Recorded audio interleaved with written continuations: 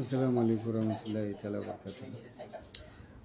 Allahumma salli ala sayyidina Muhammad Rashid da Rabbul Kashful Ummati Mawli ibn Abdullah sallallahu alaihi wasallam. Ina gaishe da mutanen duniya. Sirrin da nake so in bayar shine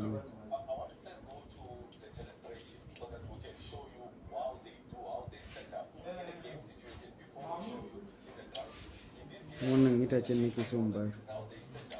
Mu malamai muna kiran shi kun fayar. Mai gida, duk lokacin da ka ji ana zagin ka, ana aibanta ka, ka ci gaba. In har ba a yi ma haka ba, to har yanzu da sauranka.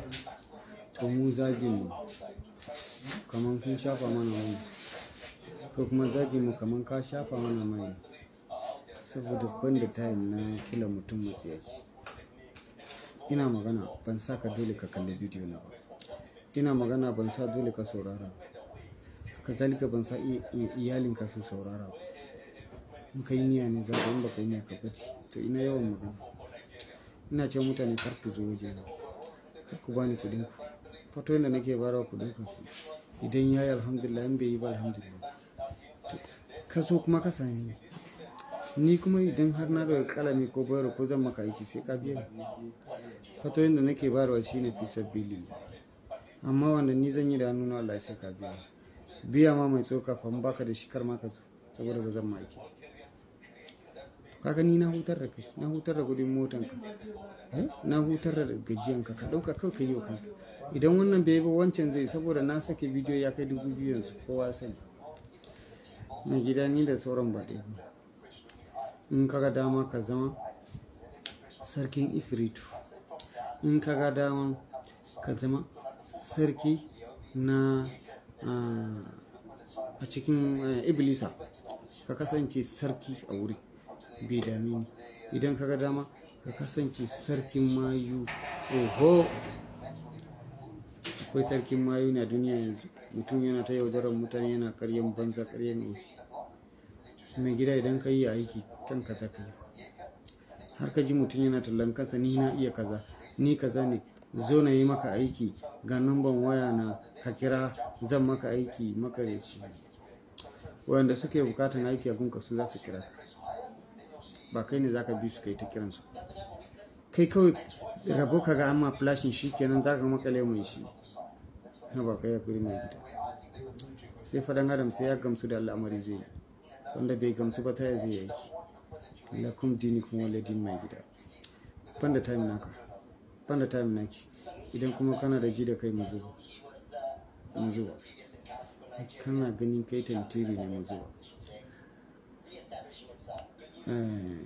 Usman daga lafiyan bari ana kiranka arama, kace kai dan Borno. Na gode sosai, saboda na ɗora kowa ya gani.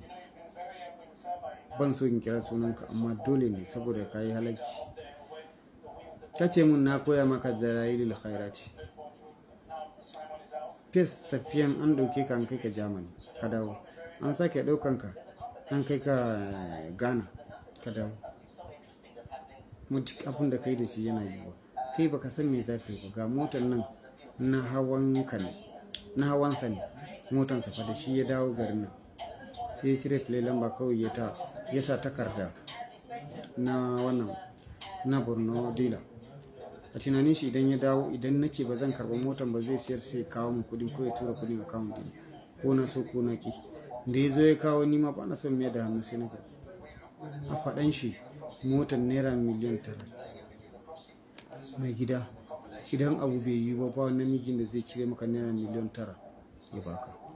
Ta yi naka na kanka bai yi ba, saboda akwai bakin iyaye a kanka.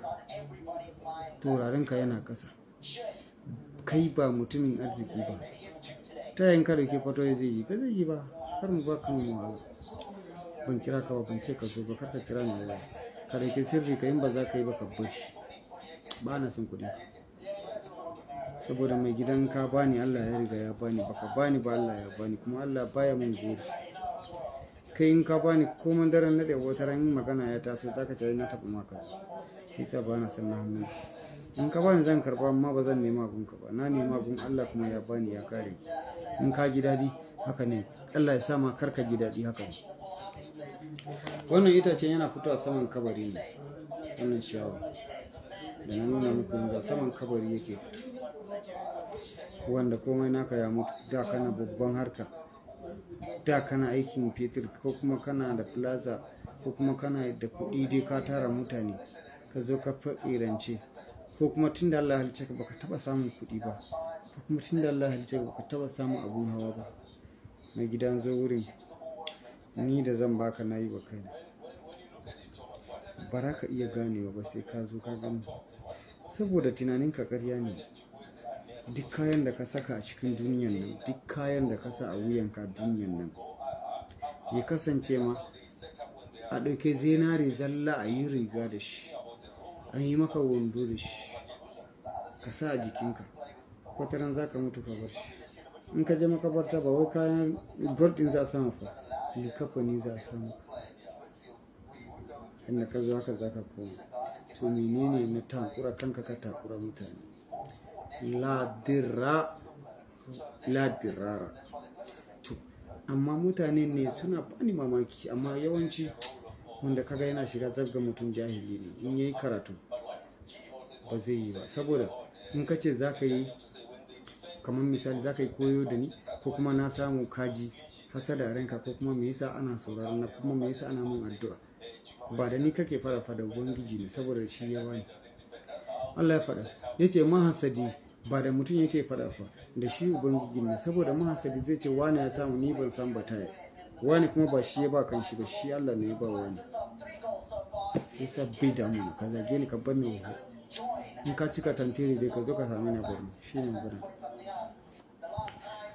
Ciyawan nan da man kaɗanya idan ka samu, zan gaya maka irin ciyawa, zan gaya maka ta ina yake fitowa a makabarta, zan kuma gaya maka yadda za ka yi ka samu.